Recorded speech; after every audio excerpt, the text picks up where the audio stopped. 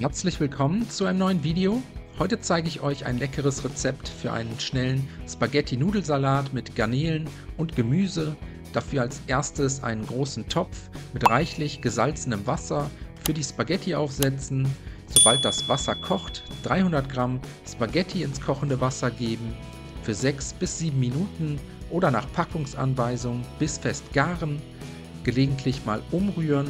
Kurz vor Ende der Garzeit gebe ich noch 400 Gramm Garnelen dazu. Die Garnelen jetzt ganz kurz für 1 bis 2 Minuten mitköcheln lassen und wenn das erledigt ist, Spaghetti und Garnelen über einem Nudelsieb abgießen, kurz mit kaltem Wasser abbrausen und bis zur weiteren Verwendung zur Seite stellen.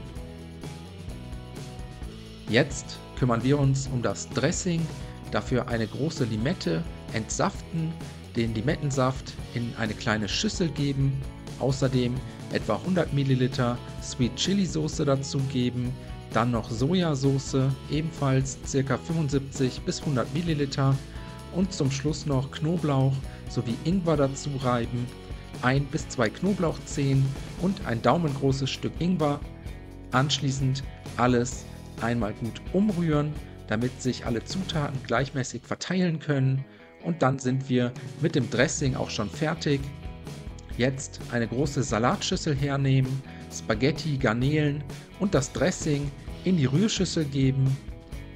Alles einmal gut umrühren und dann fehlen im Prinzip nur noch die frischen Zutaten. Eine kleine Salatgurke in feine Würfel schneiden, die Würfel mit in die Salatschüssel geben. Außerdem habe ich hier eine große gelbe Paprika, waschen, entkernen und ebenfalls würfeln. Dann noch 250 Gramm kleine Cherrytomaten, je nach Größe halbieren oder vierteln.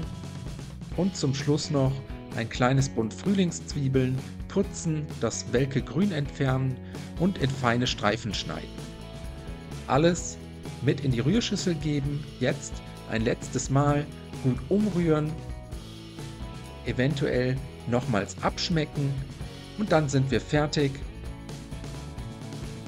Den Spaghetti-Salat mit Garnelen und Gemüse jetzt auf tiefen Tellern verteilen, noch etwas fein gehackten Koriander oder Petersilie für die Garnitur drüber streuen und dann wünsche ich euch einen guten Appetit, viel Spaß beim Nachkochen, bis zum nächsten Mal.